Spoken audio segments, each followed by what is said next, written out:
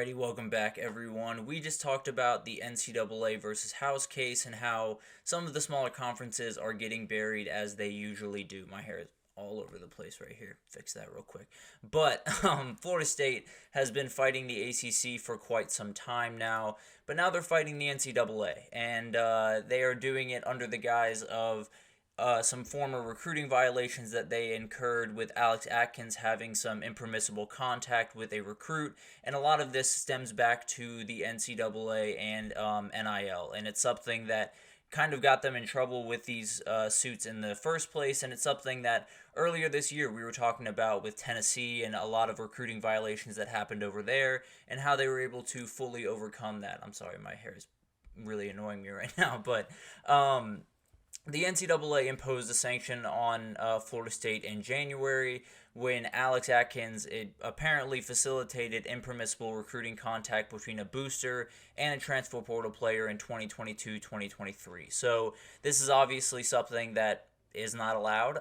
It's something that I'd be wrong in telling you does not happen everywhere else, but FSU got caught for it. So Alex Atkins was hit with a 2-year show clause, essentially just saying he has to, every single contact he has in the recruiting world has to be logged, has to be, sent off to the NCAA offices to make sure nothing is, going wrong there. And then he will be suspended for the first 3 games of 2024, which is massive. And it's something that we will get into as the season gets closer and closer, because him not there in Ireland against a Georgia Tech team that can score the football, it could get a little interesting. I'll just put it that way, but we'll get back to this for the time being here.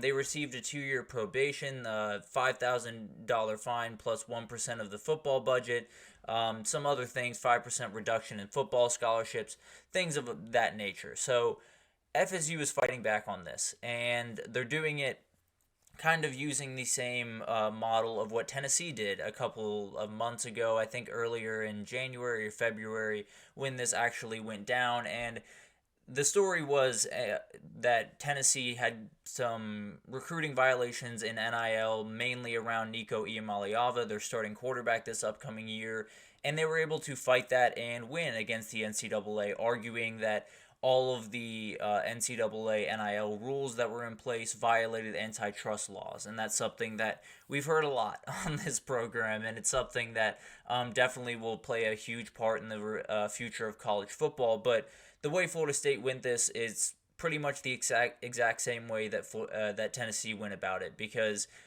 it's a winning formula, right? That's the kind of the way you're going to go about this, and it shows a big old hole in the NCAA, which we'll get to here in a second. But they started fighting this thing, Tennessee that is, back in January, were able to win that one. It kind of started the precedent where NIL was kind of free reign.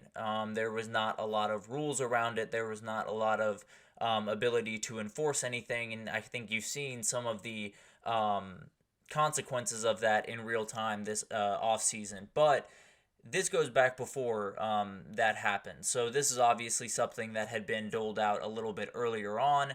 But at the end of the day, it does change. I think we've shown with all of these court cases and things of that nature, when something changes, when a rule changes and they admit that something was wrong with it, people are starting to come. It's the same principle with the NIL rules. When those changed and everything kind of shifted away to players making money and all of that type of thing, you started to hear from the Reggie Bushes of the world. You started to hear from the Johnny Manziels of the world, from all of these people that could have made all that money and didn't get the chance to. So it shows you just how big of a door all of this stuff opens, because it doesn't just fix problems, it doesn't just create problems, for the NCAA going down the road when they lose an NIL case going forward.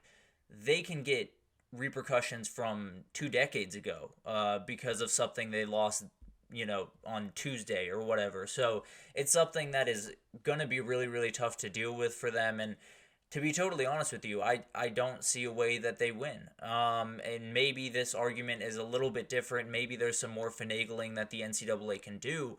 But from where I'm standing, there's not much of a leg to stand on over there at the NCAA offices, especially around NIL. There are a couple of things that, the NCAA still has ability to kind of wave their big stick around in, but NIL is not one of them. I can promise you that. People have totally lost a ton of respect, a ton of ability to actually care about what the NCAA says when it comes to NIL because of that Tennessee suit. And Florida State's probably going to win this one. And it's the best argument that I can possibly make for college football having a new governing body. It's something that I've pushed on here for since I've gotten the show, frankly, and it's something that I will continue to push for pretty much until it happens, or until the NCAA becomes something that it hasn't been for 2 decades. So I tend to lean that it's going to be a new governing body, and it's something that kind of needs to happen. And it's not that the NCAA isn't trying to fix this system. It's not that the NCAA isn't trying to find answers to the NIL system that, currently works, but the reality is it's a broken system, and revenue sharing is a start to the answer, a players association is a start to the answer, collective bargaining the same, but it's not the end all be all, and it doesn't save you from lawsuits popping up in the future, even though it seems to think that they keep telling everyone that it's going to save them from lawsuits in the future. I don't know if it will, unless you have an absolutely ironclad agreement, which is something that doesn't really come at the NFL level, much less at the college football level with a players association that is brand new. So I think this is a very sticky situation for them, and I think it's something that just illustrates almost perfectly that what the NCAA is, especially to college football programs right now. All they are essentially is just a group up top that they have to be nice to at meetings, and that's about it. They know that the NCAA does not have a lot of juice over them. They know that the people that actually have the power are outside of the NCAA offices, and even if they are inside the NCAA offices, they have lost a lot of that power recently, and everyone's taking advantage of that opportunity. So Florida State's doing the exact same as what anyone else would do in this situation. I don't necessarily blame them for trying to pull this off, because why wouldn't you? If the NCAA opens up a door for you where this system is all types of messed up, and you don't have enforceable rules, you'd be a little bit dumb to not try to take advantage of that and get yourself out of this sticky situation and have Alex Atkins on the sideline for those 3 games, because that's huge. So this just kind of goes back to something I've said a number of times on this show, which is you got to have other people in the room. We've gone so long where it's the NCAA, it's TV execs, it's some lawyers here and there, and that's about it. That can't be the only people in the room. There are so many incredible people across the sport that actually care about the students, actually care about the athletes, actually care about the sport being better than it is right now. Ramogi Huma is a fantastic person that we actually will absolutely talk about as this goes on, because he might be the leader of the Players Association once that is, realized and actualized. But a remarkable person there. He is a great example. Former players that have played in the NIL era are now here. Now they're not the big time names that made, millions of dollars or anything, because those guys are off in the NFL or NBA or whatever. But there's plenty of guys that experience this. There's plenty of guys that understand what this does and the consequences of it. And former coaches are here. Nick Saban just retired. Jay Wright retired a couple of years ago from the basketball side of things. All of these people are super important to the future of the sport. And for whatever reason, they've been kept out of this room. And now I fully understand that there's going to be power in the hands of TV execs. There's going to be power in the hands of lawyers at times. That's totally unavoidable, especially with the way that we're currently working in college football. But we have to be able to dilute that somewhat.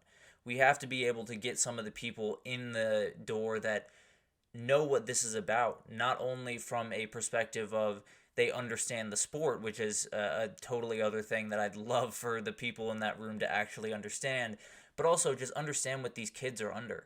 No one in the NCAA offices can ever really wrap their head around what it's like to go through a recruitment with NIL and with transfer portal and with all of this different stuff at stake at 18 years old. None of them have that experience. So we have to get people in the door that actually do. We have to get more people in the door that actually are pushing for the right things, and we have to get a new governing body. Florida State is definitely going to win this, and plainly just because no one's scared of the NCAA anymore. No one is worried about what the NCAA can do because the NCAA has slowly lost power over the last little bit, especially over college football, where all of the money is being made, and it's becoming a very, very interesting situation. So obviously the settlement is going to help. It's going to help kind of subside some of these worries for the NCAA, but they're far from over. There's a million questions out there, and the NCAA, from my tally, has an answer to a grand total of 0 of them. So you're going to have someone new come in the door. I don't know if that integrates them into the NCAA. I don't know if it's a totally new entity overall, but something's got to happen. Because the people currently that are running this sport and running college sports as a whole are not the right people, very plainly. And it's no disrespect to these people. I understand that their job is a lot harder than, it's a lot easier said than done. But at the end of the day, you have to get new people in the room that these teams can look at and actually respect and actually kind of fear to a certain extent, and follow certain rules and get rules in place that make sense and are enforceable. And there's a ton of things that need to happen, but I've been waiting for them to happen under the NCAA for just a little bit too long. So I think it's time for someone else to step up to the plate and hopefully figure all this stuff out, because right now it's a outright nightmare. But we're going to take our second break here. When we come back, we're going to talk about football. Finally, we're going to talk about quarterbacks that can kind of flip college football on their head. Some of these guys are under talked about guys. Some you might have forgotten after some great seasons in the past. And one is one of the best quarterbacks in the country, but has as much power over the season as anyone. So want to break that down right after this, so stick with us.